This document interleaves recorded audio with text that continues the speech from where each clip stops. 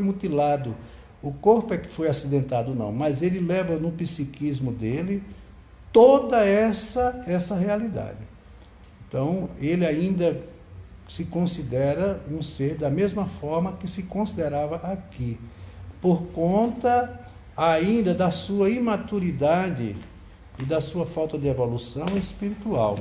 E eles são tratados, sim, são tratados porque, com certeza, eles sofrem, eles sentem, naturalmente.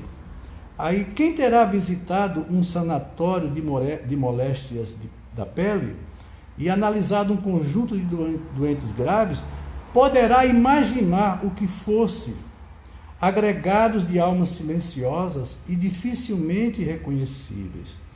Então a gente já ouviu falar, hoje, graças a Deus, foram abolidos os sanatórios, né? Aquelas casas que agregavam pessoas doentes mentais. Nós temos o Hospital de Barbacena, né? Que foi realmente uma das coisas piores que aconteceu, né? Foi quase igual ao Holocausto, assim, por isso que é chamado Holocausto brasileiro. A quantidade de pessoas que ali foram colocadas e morreram como doentes mentais, muitos não eram doentes mentais, e nós sabemos disso. E ali realmente esses espíritos, ao partirem dali, vivendo o que eles viveram ali, com certeza eles teriam e têm que receber um auxílio muito grande. Porque tudo o que eles viveram foi aquilo, os horrores. Eu lendo o livro, vi que, por exemplo, na noite que eles estavam aplicando o choque elétrico, porque antigamente se usava o choque elétrico para os transtornos de maior profundidade, caía a energia da cidade de Barbacena. Nossa Senhora, e tanta energia que coisa. E outra coisa, essas aplicações não eram feitas por profissionais, qualquer pessoa fazia. E a maioria não conseguia suportar a carga. E naquela época, né, Dejan, existia uma ignorância tão grande em relação às doenças psíquicas e tal, e principalmente um preconceito tão grande com os problemas espirituais que as pessoas tinham, que qualquer coisa que fugisse um pouquinho do normal se internava numa clínica como essa, porque não só foi Barbacena, eu acho que no Brasil inteirinho tinha clínicas assim terríveis que tratavam o ser humano como se fosse um lixo. E principalmente os que apresentavam as distonias mentais, seja de que ordem for. Uhum. Porque a família, ela não tinha... Primeiro, eram famílias, muitas vezes, que não sabiam lidar com o problema da loucura, da idiotia, a idiotia, como eles chamavam. Algumas doenças mais leves, tudo bem. Mas você veja, uma pessoa que passa por uma distonia mais grave, como a própria esquizofrenia, pessoas que têm visões, essas pessoas, elas são difíceis. E outra coisa, não havia os medicamentos que temos hoje, que são aqueles estabilizadores da emoção. Então, graças a esses fármacos, principalmente os tricíclicos, que foram, desde há 50 anos atrás, foram produzidos e elaborados no laboratório, hoje melhorou-se muito, né? Hoje você já toma uma fluoxetina, né? Tem os ansiolíticos, tem os fármacos de menor intensidade, como aqueles ansiolíticos que as pessoas utilizam para dormir, que estabilizam o humor, né? Nós temos a Ritalina, enfim, tem muitos. Agora, o problema dessas medicações é que as pessoas só podem tomar elas se for por uma orientação de um profissional, um psiquiatra. Né? Não pode-se tomar isso a troco de uma indicação de um amigo, porque cada organismo tem uma forma de reagir. Uhum. E só um profissional habilitado, capacitado é que pode fazer. Ô Dejan, eu vou fazer uma pergunta até para a gente ir para o nosso intervalo agora. Nós estamos já há algum tempo fazendo a nossa gravação, precisamos dividir ela em duas aí e apresentar também as nossas músicas, sugestões de livros, etc e tal, que sempre nós fazemos quando editamos o programa e colocamos ele na Empreendedor Web Rádio.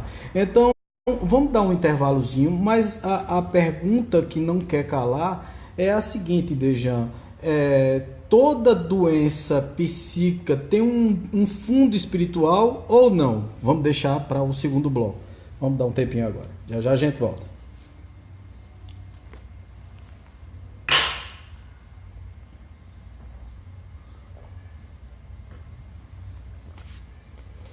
Bom, estamos voltando aqui com a nossa Hora do Chico e a pergunta que ficou no último bloco foi exatamente se toda doença psíquica, se toda doença da cabeça, que as pessoas chamam de doenças da mente, são doenças também com fundo espiritual. Eu ouvi um outro dia, até uma afirmação de um médico, não me recordo o nome, de que a maioria das esquizofrenias, por exemplo, que é uma das distonias, é facilmente comprovado que existe uma obsessão ali dentro, que existe um problema espiritual e não só um problema físico.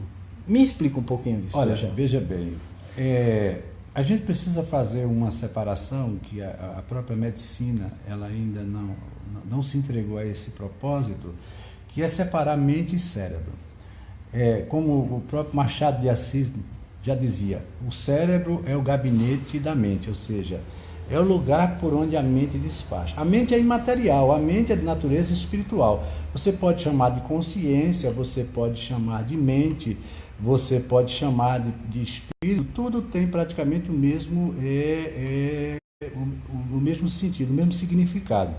Então, todas as nossas, não são as doenças, todas as nossas ações, elas advêm do próprio espírito, né? Porque o espírito, ele produz o corpo mental. O corpo mental, ele é quem gera, com sua capacidade de conhecimento e evolução, o primeiro corpo, que é o corpo perispiritual. Esse corpo espiritual é que vai formar o corpo físico. Então, uma coisa está inserida na outra. Então, todas as distonias mentais, elas têm natureza na mente.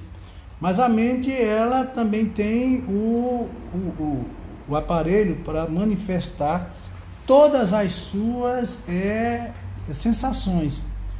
Então, é como se fizéssemos uma comparação. Por exemplo, a mente é o programa, o computador seria o cérebro. O programa, ele está perfeito, mas o computador está com defeito, ou ele não tem a capacidade de comportar o programa, ele não acessa, ele não processa o programa. Então, muitas vezes você tem uma distonia mental que apresenta uma lesão ou uma deformidade, como o caso da esquizofrenia, que muitas vezes tem. Então, aquele equipamento ele está, de alguma forma, danificado. Qualquer coisa que vá acessar por ele vai ter dificuldade. Sei. Então, muitas vezes acontece isso. Por exemplo, a microcefalia. Aquele espírito ele está com todo o seu equipamento para manifestação das suas sensações, suas emoções, a sua razão, o seu conhecimento. O seu livre-arbítrio está totalmente obstaculado. Ele fica limitado apenas àquilo que o cérebro possibilite para ele. Então, quando você tem, no caso mesmo, a depressão é uma distonia mental, porque não é uma doença porque não tem um diagnóstico, né? É uma distonia, né? Então, o que acontece? Você vai buscar um profissional, e deve buscar um profissional da área de saúde. E ele vai, através de uma entrevista, ele vai formar um diagnóstico, um pseudodiagnóstico. E aí ele vai ver que tipo de comportamento você apresenta, porque geralmente a depressão ela não é uma distonia, uma doença, podemos assim dizer, de uma só manifestação. Geralmente o depressivo ele tem uma bipolaridade, ele tem uma síndrome do pânico, muitas vezes até o toque, tudo isso está dentro de um conjunto só. Se manifesta, então ele vai fazer uma avaliação e vai indicar o medicamento que vai melhor se adequar àquele tipo de comportamento que ele tem. Por isso que não pode ser um medicamento para todos. Não pode ser padronizado. Agora, ele está combatendo ali o efeito, mas a causa é de natureza interior. É da autonomia, como eu disse no começo, é da natureza do espírito. Então ele pode, porque aquela medicação vai estabilizar, vai regular toda a química do cérebro. Aquela química ela vai entrar no processo de estabilização e tudo fica bem. Então você toma o remédio, por isso que ele só faz efeito depois de praticamente 30 dias, aí aquela química ela começa a se estabilizar. A funcionar. Aí você sente aquela sensação de harmonia, de tranquilidade. Mas quando passa o efeito da medicação, ou seja, quando o computador ele deixa de ter aquilo que estava mantendo, o programa começa a ter dificuldade de novo. Novamente. Por isso que essas distonias mentais elas precisam ter um tratamento espiritual, não como alternativa, que é o trabalho que nós fazemos. Quer dizer, o espiritismo não é uma terapia alternativa. Não, ela é uma terapia complementar. Complementar e extremamente importante. Né, Dejan? Porque é complementar no sentido de que você não deve nunca abandonar os remédios e tal, quando está com uma depressão.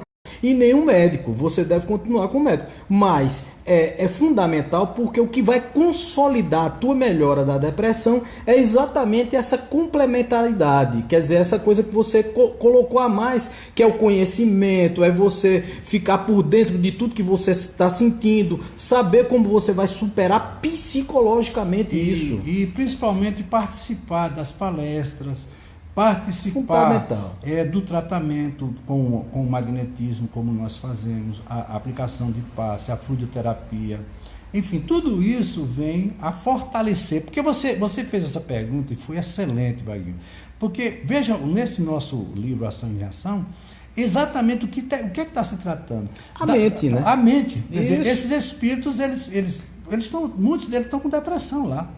Com certeza. Depressivo, outros com manias, com transtornos, entendeu? Com síndromes. Vejam que tem espírito aqui, você vai ver mais adiante, que ele não pode ficar perto de ninguém, ele se sente muito mal. Do jeito que o que ele sentia aqui, ele permanece sentindo lá. O corpo físico, como eu disse, o computador foi danificado, jogado fora, mas o pendrive está aqui com o programa. E ele vai para todo canto, ele é infinito esse programa. E outra coisa, além de infinito, ele pode ser alternado, ele pode ser complementado, mas ele não pode ser destruído. Sim, com certeza. Aí você veja, notando a quase completa quietude ambiente, e ele pergunta a Druso, né, que é o coordenador. Né, quanto à tempestade que se contorcia lá fora. Eles estavam naquele local, como nós estamos aqui, tudo em paz, tudo bem, tudo tranquilo, mas lá fora as coisas não estavam bem. E ele sabia que naquela tempestade havia espíritos que se deslocavam junto com elas, né? com gritos de dor e de horror.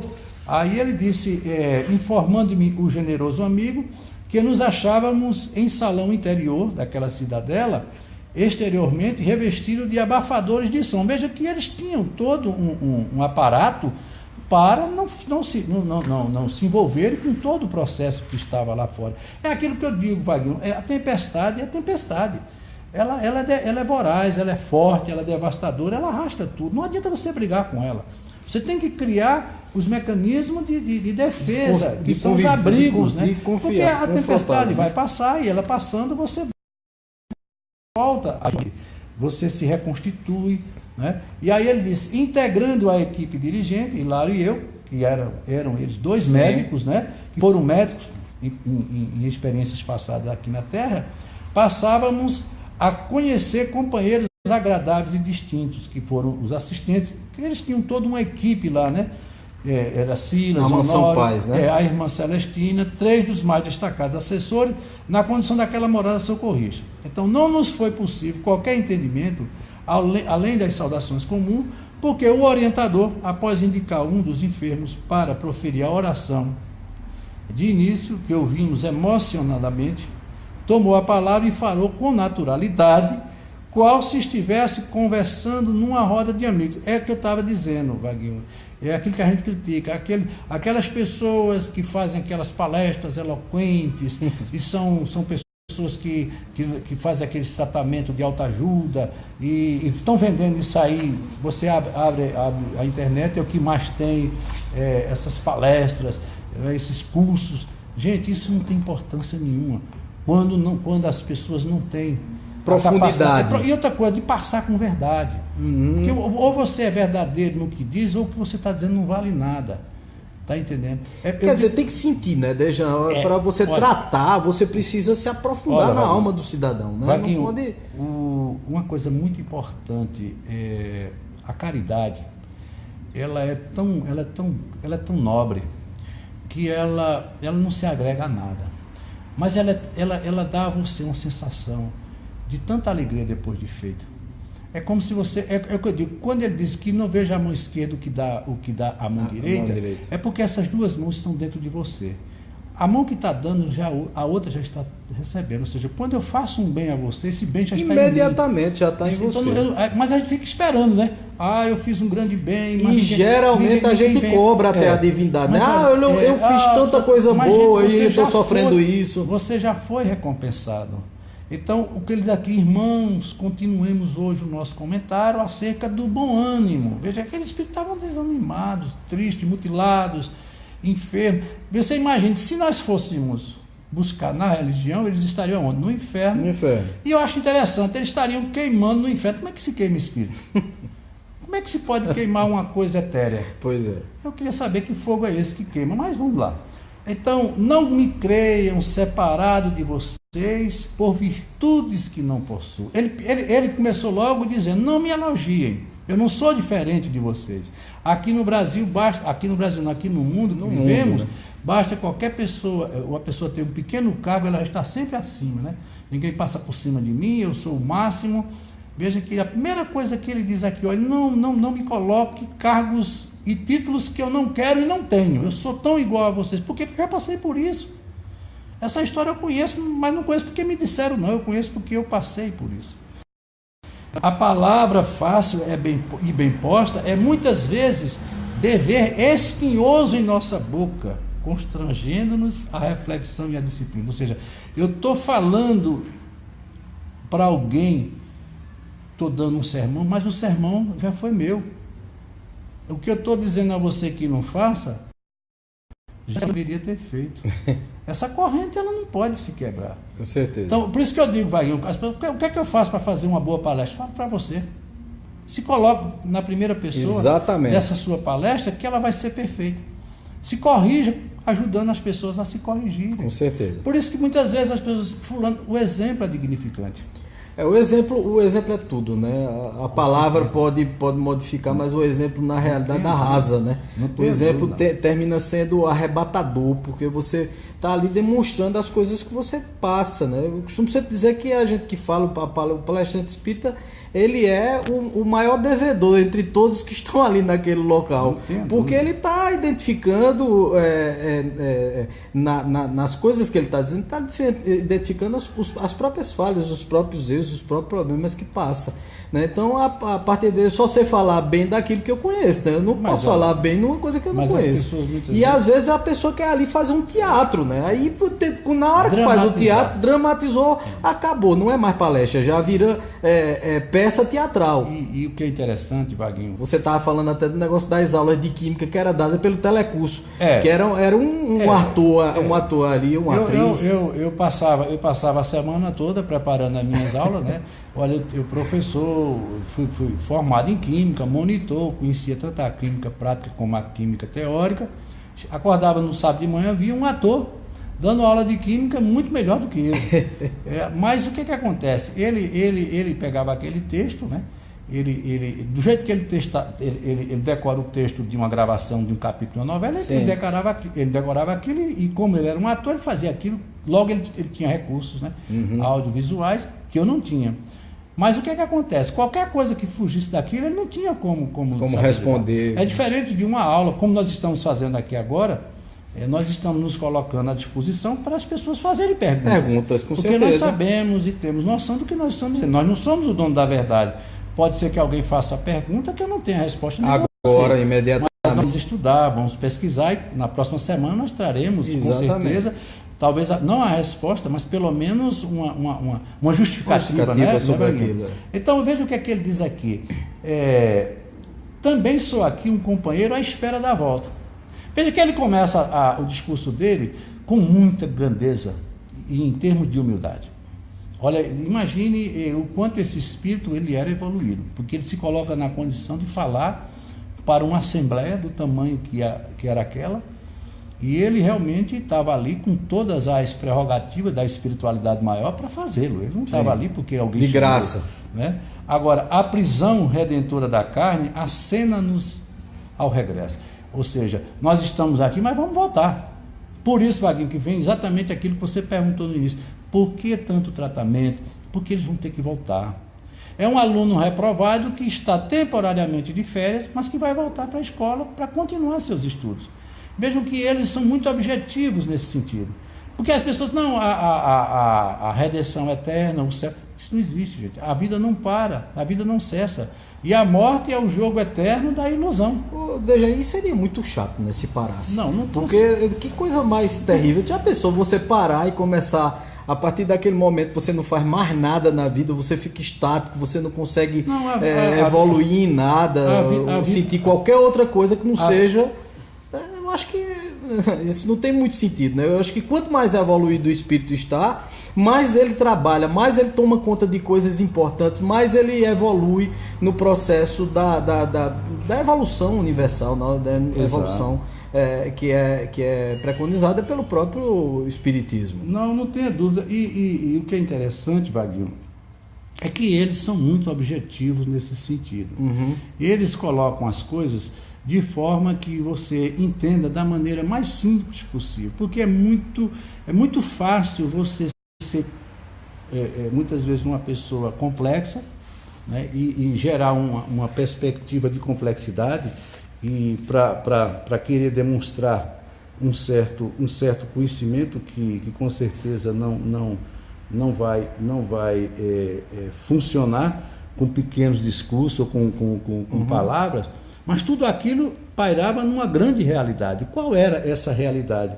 Essa realidade era exatamente a necessidade que os espíritos precisavam ali naquele instante para entender o que verdadeiramente eles estavam passando e o quanto eles deveriam, de alguma forma, se colocar diante de todos aqueles ensinamentos.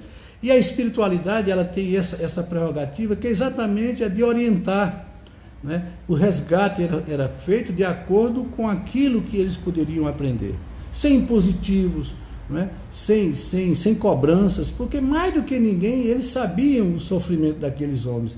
E eles não tinham como sair daquilo ali se não fosse através do conhecimento, do estudo, né? do passar a mensagem, e consequentemente isso era o que eles consideravam de mais importante. Eu sempre digo, Vaguinho, uma das coisas mais interessantes que eu vejo da doutrina espírita é você sempre buscar o estudo, é você procurar sempre o entendimento, e esse entendimento é exatamente o que vai alavancar todo o processo, primeiro, da revisão. Uhum. Porque todos nós precisamos rever os nossos atos. Porque todos sabemos que o hoje tem tudo a ver com o nosso ontem. Não é que eu tenha que estar vivendo hoje olhando para o ontem, mas eu sei que se o ontem eu construí, hoje com certeza eu estarei vivendo daquilo que eu construí. E consequentemente isso será o meu amanhã. Então, se você quiser saber como vai ser sua vida futura, trabalhe sua vida presente. Uhum. Então eles ali se reúnem exatamente para isso, para abrir aquelas consciências embrutecidas. Mas será que todos eles vão atender? Veja o que ele disse, né? O que foi que eles disseram? Olha, meu filho, se você não quiser aprender, não tem problema. O professor, ele está ali para ministrar aula, né? Jesus foi muito bom nisso. Jesus não foi na casa de ninguém, Jesus não foi sequer a um templo pregar. E o que é que ele fazia? Ele se reunia com um grupo e passava para o grupo as suas mensagens. E era uma coisa tão bem planejada que veja que Jesus não escrevia. Por quê? Porque Jesus colocou uma condição que era que as pessoas deveriam guardar os seus conhecimentos na mente. Tudo que você guarda na mente é diferente daquilo que você guarda numa página de um livro, porque a mente ela tem o poder de sintetizar esses ensinamentos com muito mais grandeza, com muito mais possibilidades, entendeu, Vaguinho? E eu acho fantástico esses ensinamentos, porque todos nós precisamos aprender, e isso é o grande problema da nossa vida, que é exatamente essa dificuldade que nós temos. E é o que ele diz, é que o propósito da vida trabalha em nós e conosco através de todos os meios. Então a vida ela está sendo experienciada em todos os momentos da nossa existência, até dormindo, né? Que as pessoas dormindo. Aí é que a coisa funciona mesmo, porque é o desdobramento, que depois a gente vai até conversar sobre isso. Isso é muito importante, é muito para guiar-nos à perfeição. O grande projeto da obra de Deus é nos levar, né, a uma condição em que a gente atinja essa perfeição e que voltemos a Ele trazendo toda a sua grandeza e toda a sua manifestação, para que possamos, enfim, como o próprio Jesus disse, estar com o Pai, né? Cercando-lhe os impulsos, agimos no sentido contrário à lei, criando aflições e sofrimento em nós mesmos. Vejam que todos nós temos um pouco da marginalidade da vida, né? Ou seja, é como o budismo fala e prega tanto o caminho do meio, que é o caminho da harmonia, o caminho do equilíbrio. Então ele dizia que o sofrimento existia em decorrência da ignorância humana. Essa ignorância que não é o que nós entendemos como sendo a ignorância do nosso dia a dia, mas a falta de conhecimento de si mesmo. E aqui ele continua, no plano físico, muitos de nós supunhamos que a morte seria o ponto final aos nossos problemas. Aí vem mais uma vez as crenças limitadoras.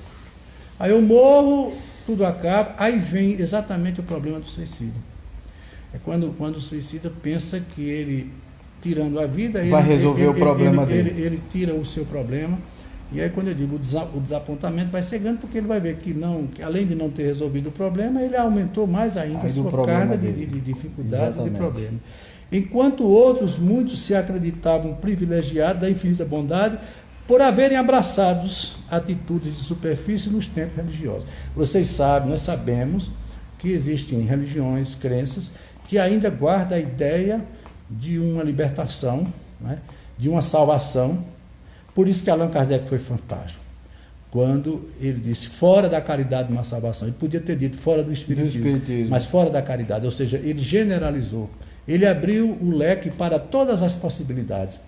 Então, não vai ser numa igreja, lógico que as igrejas, os templos religiosos, são lugares bons para se fazer uma catarse, para fazer uma reflexão e fazer aquilo que eles chamam de religare, se ligar a Deus, porque eu não entendo como é que eu posso ligar uma coisa que já está ligada a mim. Já tem a ligação direta. Então, veja, a viagem do sepulcro, né, no entanto, ensinou-nos uma lição grande e nova, a de que nos achamos indissoluvelmente ligados às nossas próprias obras.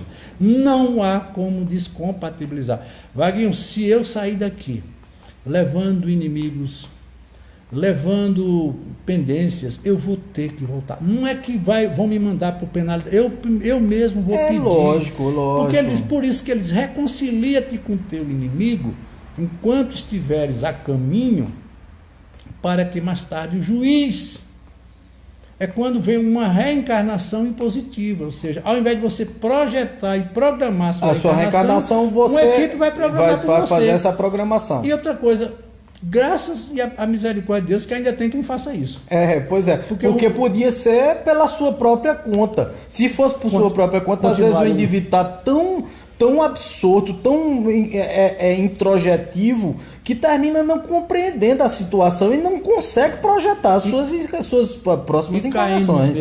E caindo nos mesmos erros, exatamente. Por isso que a gente muitas vezes se compadece da forma como muitas pessoas vivem, nascem. Mas, gente, não podia ser melhor do que isso. Deus não errou e jamais iria errar. Então, essas pessoas, esses espíritos, estão tendo uma oportunidade.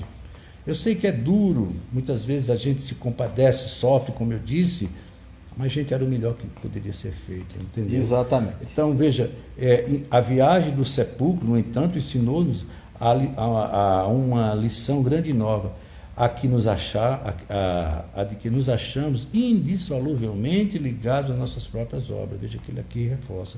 Nossos atos tecem as asas de libertação ou algema do cativeiro para a nossa vitória, a nossa derrota. Isso é fantástico, né?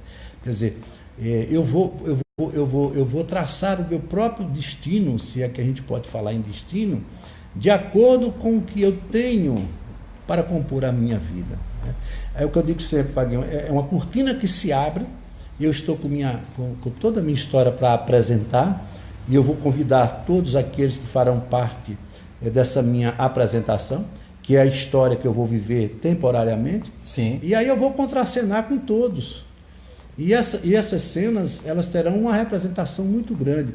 Mas no final a cortina se fecha e eu vou levar minha história comigo, no caso de uma desencarnação. E cada fato daquele ficará registrado dentro de mim. E quem sabe eu não terei que voltar para reapresentar aquilo, corrigir rotas, né? Evitar caminhos. Por isso que muitas vezes as pessoas dizem assim, meu Deus, por que comigo? Eu acho que a gente deveria dizer assim, graças a Deus é comigo. porque se eu não tivesse a capacidade de resolver o problema, ele não colocaria em mim. Seria um Deus muito, muito louco, muito injusto, colocar em mim uma coisa que eu não posso. Quer dizer, o fardo sempre está exatamente do tamanho que a gente pode carregar. Olha, ele aqui diz... E do peso. Né? Entretanto, se é verdade que nos vemos hoje sobre as ruínas de nossas realizações deploráveis, não estamos sem esperança. Aí vem exatamente aquilo que a gente comentou lá no início, aquela fé, né? A confiança em si mesmo. Porque nós temos uma superconsciência, que é ela que nós buscamos, é a que vai nos libertar. Essa superconsciência, nela não cabe nada material. Ela é de você para com você mesmo, só que é dentro de uma possibilidade e outra. Ou seja, é aquilo que Jesus disse, eu sou desse mundo, mas eu não estou mais nesse mundo. Uhum. Mas para atingir esse nível, é preciso que você se desprenda de todas essas amarras que lhe segura aqui. E não é fácil. E não é fácil porque muitos de nós sequer têm esperança. As pessoas estão se entregando à própria sorte porque elas não conseguem nutrir nada que seja melhor se não for por uma manifestação de uma vontade mais material do que espiritual. Quer dizer, na realidade as pessoas estão muito ansiosas por resolver as coisas ou por criar boas coisas, né? E sempre materiais, a gente sempre ligado a uma... Eu achei muito interessante um exemplo que você deu, Dejan, no nosso estudo, que foi aquela questão de... Até para as coisas boas a gente se antecipa e é precipitado demais e quer que as coisas aconteçam antes do tempo. Você até deu um exemplo das viagens, né? Diz que a pessoa vai viajar e tal, e vai para um determinado roteiro, o camarada estuda tanto roteiro, olha tanto vídeo sobre o local, que quando a gente chega no local não tem mais o que ver, porque já viu tudo, já antecipou tudo aquilo, então... Isso nós chamamos de ansiedade. Ansiedade, né? A ânsia é um desejo, porque existe dois tipos de ansiedade. Existe propriamente a ansiedade, que é boa. A ansiedade é uma expectativa de futuro, ou seja, eu fiz uma coisa e estou esperando a resposta. Sim, com certeza. Isso nutre a minha capacidade de um pensamento contínuo. Inclusive é uma reação normal. Por exemplo, nós nutrimos uma ansiedade com relação aos nossos filhos, né? Com certeza. Uma ansiedade positiva. Sim. Quando é que esse menino vai crescer? Graças a Deus esse menino está crescendo, amanhã ele vai se formar. E a gente tem. Agora existe o transtorno de ansiedade, é quando ela lhe consome. Você não dorme, não come, porque ela toma todo o seu espaço de pensar, né?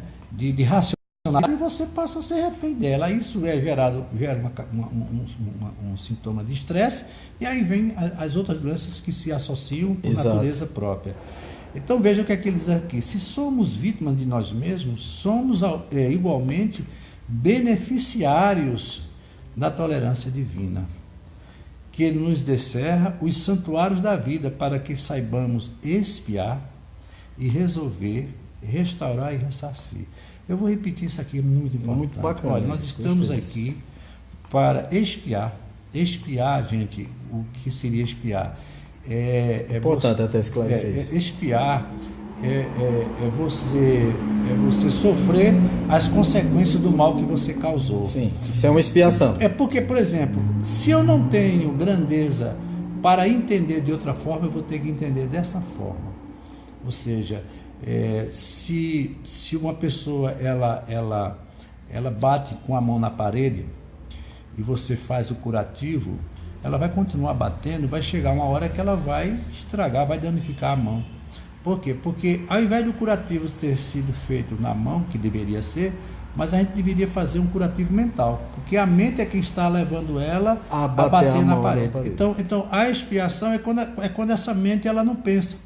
A gente faz de uma forma e acha tão natural... E não tem consciência desse conceito. Exatamente, a palavra é essa, consciência do que fez. E por conseguinte, ele não muda. A ele é preciso...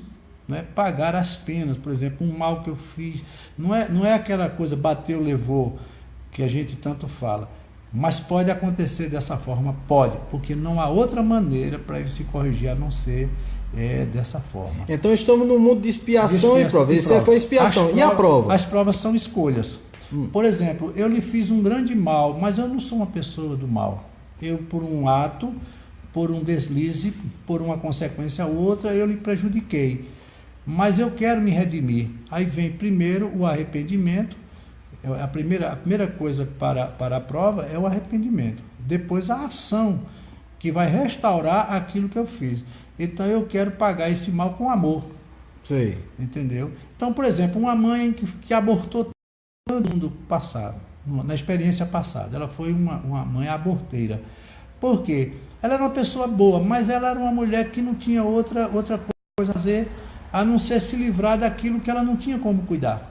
Sei. Mas se chega à conclusão que ela é uma pessoa, ela vai para o mundo espiritual, recebe toda a orientação e ela consegue entender tudo isso e ela tem uma natureza boa. Então ela pede para vir uma mãe que vai adotar filhos. Isso é uma prova. É uma prova, e uma prova de amor. Você pode ver que essas pessoas que as adotam... provas também podem vir em forma de defeitos físicos, Não. Ou então isso já é expiação. Não, aí já é porque as pessoas confundem já são muito penalidades essa coisa, né? mais duras. Tá entendendo? Porque geralmente as provas são escolhas. Sim, são escolhas, são mais racionais. Entendeu? E elas são mais subsequentes. Mas você pode escolher uma coisa dessa, um defeito desse? Pode, mas aí são espíritos de uma evolução muito grande. São espíritos missionários. Eles podem pedir como missão, dizer assim, eu nunca passei por uma... Você pode passar na rua e encontrar um homem caído, passando por todas as dificuldades, e ali ser um espírito. Um espírito muito que ele disse, não, né? eu quero passar por essa experiência. Quer dizer, até tem, né? Tem, e a gente não sabe em que nível isso se coloca, mas que existe. Uma prova também seria você querer vir numa situação financeira péssima quando você anteriormente foi muito rico e se estragou na riqueza, mas você não era um cara tão ruim, nem nada, mas você quer vir numa situação social lá abaixo para poder... É por aí? Você veja o seguinte, vamos pegar o exemplo de Paulo de Tarso. Paulo, ele tinha um propósito bom. Ele era uma pessoa... Só que ele estava trabalhando para o lado errado. Sei. Ou seja, ele estava perseguindo e apoiando o que ele considerava como sendo verdadeiro para ele. Sim, certeza. E quando Jesus vai estar com ele, veja que Jesus pergunta, por que tu me persegue? Ou seja, em que fundamento? Baseado em quê? Ele não tinha como responder. Aí o que foi que ele disse? O que queres que eu faça? Ou seja, o que foi que Jesus fez? Paulo, ao invés de ir pelo caminho da esquerda, vai para o caminho da direita. Porque Jesus sabia do potencial dele. Sei. Entendeu? Quer dizer, se Paulo fosse uma pessoa que não tivesse os valores, de uma base, a força interior que ele tinha, Jesus usou tudo que Paulo tinha de bom. Só que Paulo estava usando isso com um propósito equivocado. Então, o que a gente precisa entender é isso. Isso é uma prova. Isso é uma prova. Entendeu? E Paulo sofreu, todo mundo sabe a história de Paulo. Sofreu um bocado. Sofreu, foi perseguido, foi maltratado, foi apedrejado, foi tudo. Mas ele tinha um propósito. Isso é uma prova. Uma prova que se mistura até com uma missão. Posteriormente podemos assim considerar, mas naquele instante era uma prova. Porque ele estava equivocado. Os missionários, eles não trazem equívoco, eles já terminar, porque são espíritos de uma grande envergadura espiritual, sabe? Aí ele, para concluir esse texto aqui, na retaguarda aniquilávamos o tempo, injetando nos outros sentimentos e pensamentos que não desejávamos para nós. Olha que coisa interessante para mim. Nós injetávamos nos outros sentimentos e pensamentos que não desejávamos para nós. Quer dizer, aquela faça aos outros, exatamente. Aos outros aquilo que você... Então, quando não estabelecíamos pela crueldade e pelo orgulho, vasta sementeira de ódio e perseguição. Quer dizer, todo o mal que eu fizer, aí vem exatamente o sentido da obra, ação e reação. Eu não sei, muitas vezes, quando virá a resposta, mas que ela virá. Entendeu? Por isso que a gente, muitas vezes, eles acendem a lâmpada antes para não serem surpreendidos depois. Controla as tuas ações, procura te precaver do que tu estás fazendo, para que mais tarde tu não venha pagar uma conta pesada, se achando vítima. Mas veja que Deus não errou e não vai errar, principalmente porque a sua lei é uma lei de merecimento. Cada um tem aquilo que verdadeiramente merece. Com certeza. Entendeu? Com semelhantes atitudes, porém, levantamos em nosso prejuízo a desarmonia e o sofrimento que nos sitiam à existência quais inexoráveis fantasmas. Ele diz o seguinte, que toda essa desarmonia, todo esse sofrimento nos deixa numa condição em que passamos a ser vítima de nós mesmos. Nós criamos as nossas próprias fantasias. Então, são aquelas pessoas que começam a ter o sentido da perseguição. Sim. São pessoas que se acham injustiçadas, perseguidas por esse ou por aquele. São aquelas pessoas que dizem que todo mundo está contra ela, todos estão contra ela. Né? E vem exatamente a configuração do vitimismo, né? O coitadinho, né? O coitadinho que não merecia o que ele está passando, que isso não é vida. Aquilo que você falou na sua fala de hoje de manhã, a reclamação constante. Exato. Entendeu? E aí você se entrega a isso e deixa de produzir. Né? Você fecha as portas que poderiam estar abertas para você produzir uma coisa melhor ou mais verdadeira para você. Buscar uma outra proposta, através exatamente de uma leitura saudável, Sim. de uma conversa boa, a prática de uma atividade que lhe traga uma certa harmonia, tranquilidade, modificando esse discurso, com certeza você modifica a sua forma de ser. Mas muda completamente, viu? Isso é uma coisa impressionante. Olha, a mente humana, ela não deleta nada.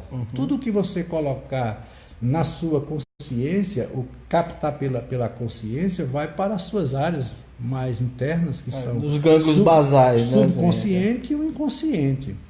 Mas aquilo ali está como sendo verdade, mesmo que não seja. Sim. Mas a mente ela não sabe, ela não trabalha com o não, tudo dela é sim. E aquilo está ali. Todas as vezes que você cai nas suas fraquezas mentais, ou seja, que você abusa pelo excesso de pensamentos negativos, aquilo começa a irromper. Virar uma verdade. E aquilo por isso que acontece, né, por isso que as grandes dificuldades do tratamento das distonias mentais, que foi visto por Freud, é que todos os problemas do presente estavam associados aos fantasmas do passado. Entendeu? Com certeza. Isso com certeza tem sido motivo de muito sofrimento por parte de todos nós. É o que eu estava comentando, o complexo de culpa que todos nós carregamos, porque nós temos isso dentro da nossa própria natureza interior. Nós somos culpados porque nós estamos voltando. Toda pessoa que volta a algum lugar volta para resgatar alguma coisa. Lógico.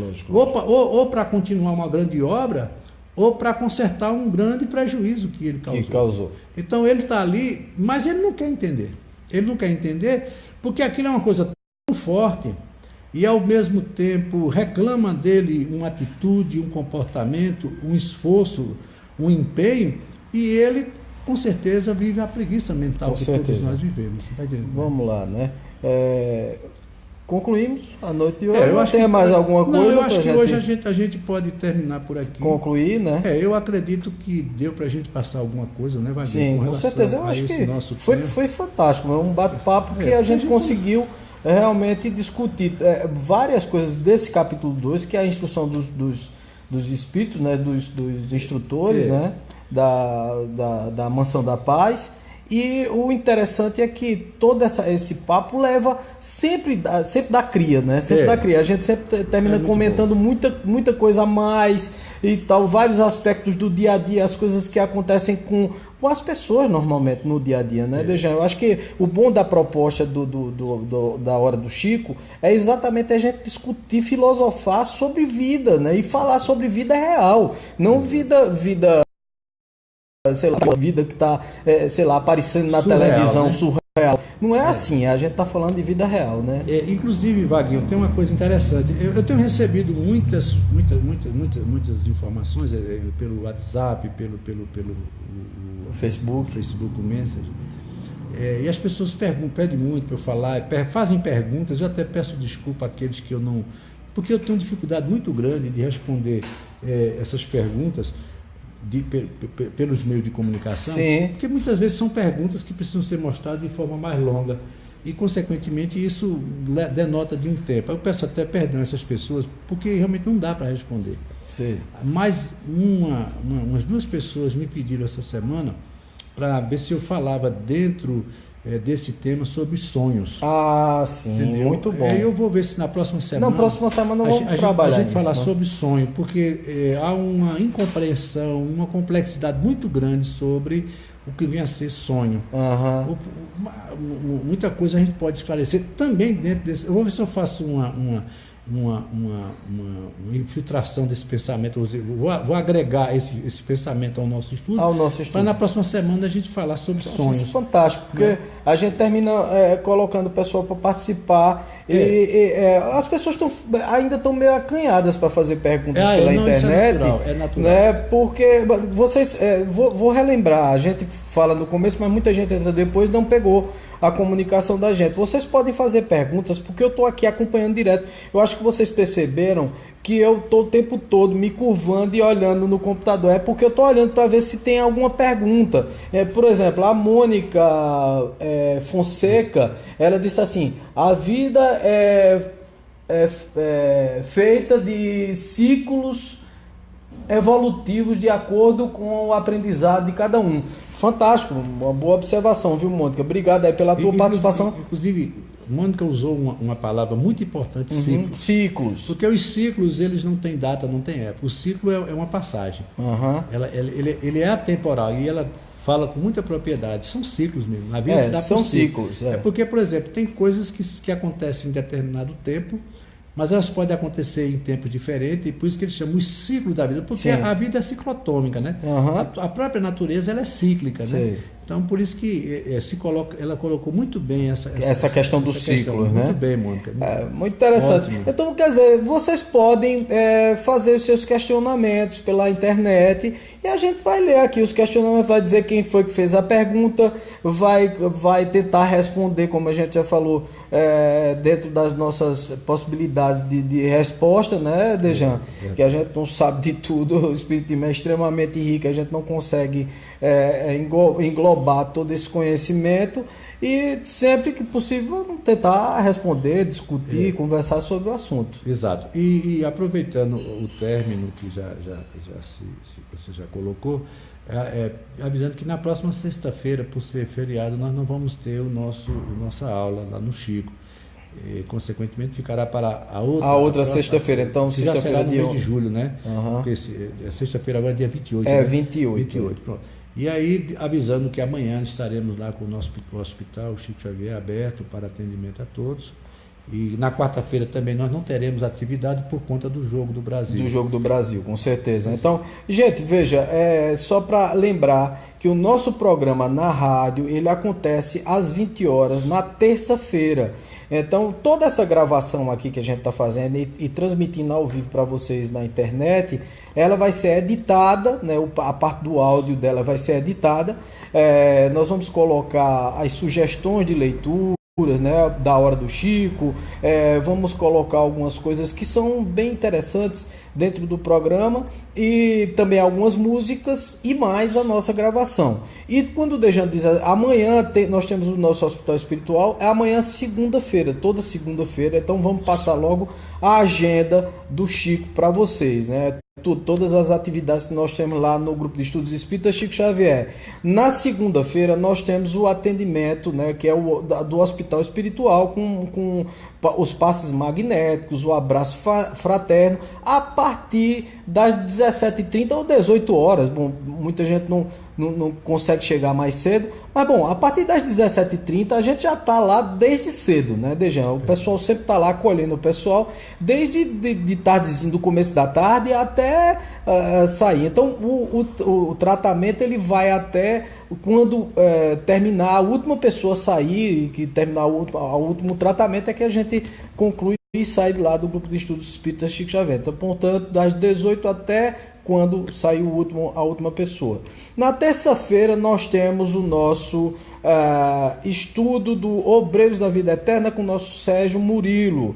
Na quarta-feira nós não vamos ter nessa semana nenhuma atividade por conta do Jogo do Brasil, porque geralmente o atendimento da quarta-feira, o atendimento durante o dia, tá certo, pessoal?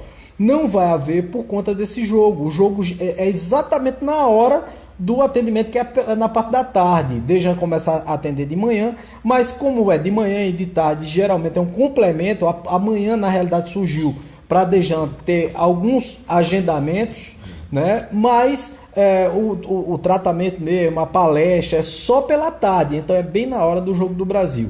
E não vai haver, mas nós teremos sim o nosso atendimento fraterno de apoio ao dependente químico à noite, às 7h30 da noite. Nós vamos fazer o nosso acolhimento fraterno.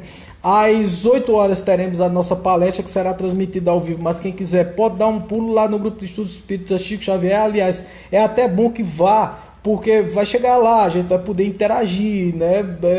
Conversar sobre o assunto que vai ser abordado. E às 9 horas nós temos os passos magnéticos, tá? Tudo na quarta-feira. Na quinta-feira nós temos o estudo do Livro dos Espíritos com o nosso Renato Cabral, nosso fantástico, grande amigo, gente muito boa. Renato Cabral, uma pessoa extremamente conhecedora da doutrina espírita, que vai passar todo o conhecimento do Livro dos Espíritos. Ele está, provavelmente ainda deve estar no capítulo da reencarnação, porque isso aí é bem longo, né? É bem longo no Livro dos Espíritos. O capítulo da reencarnação, com o Renato Cabral, às 8 horas da noite, das 8 até as 9. Na sexta-feira, nós teríamos o estudo do livro Ação e Reação. Não vamos ter, por conta do que Dejan já falou, né? É feriado de São Pedro, que aqui em Caruaru se troca o Corpus Christi o feriado de Corpus Christi pelo dia de São Pedro, tá certo? Pelo dia de São Pedro, ok? E no sábado nós teremos a meditação com Germânio às 8h30, lá no Chico, então no Parque Ecológico Severino Montenegro. Eu acho que está sendo no Chico porque está tendo chuva, essa coisa toda, então é no Chico Xavier, tá certo? Lá no grupo de estudos espíritas Chico Xavier. À tarde nós temos a evangelização infantil às 14 horas, às 15 horas, desculpa. Às 16 horas nós temos o nosso violão fraterno, e às 20 horas nós temos palestra no sábado, tá certo? A palestra com temas variados, com palestrantes variados também, e aí vocês podem acompanhar na nossa agenda. Se vocês quiserem a agenda para que vocês acompanhem direitinho em casa e tal, é só me pedir pelo Face, né? Você pede ou a Dejan ou a mim, tanto faz. A Dejan me passa, ou então eu passo para vocês inbox, né? E vocês vão ficar sabendo de toda a programação nossa, de palestras, de atividades, tudo que vocês quiserem, ok? Então é isso que a gente tinha para falar para vocês. Um grande abraço a todos, um beijo no coração de todo mundo, e que todos sejam felizes nessa semana, né? Todos acordem sem reclamar muito, né, Dejan? E nessa segunda-feira, a partir da segunda, terça, quarta, quinta, sexta, toda semana, na realidade toda vida, que nós sejamos sempre otimistas com a vida, e que nós tenhamos uma mente proativa, né? Que a gente vá fazer acontecer. O mundo e a felicidade só são bons, a felicidade só acontece, e o mundo só é bom quando a gente acredita nessa felicidade e acredita no mundo como um lugar bom e perfeito. Dejan, para concluir, me lembrei agora de Maria Dolores, quando ela diz assim: agradeço, Senhor, quando me dizes não, com todo o teu amor, e todas as vezes que eu te peço o que não devo, não me atenda, Senhor. Essa é fantástica. Bom, pessoal, um beijo no coração de vocês. Até a próxima, A Hora do Chico.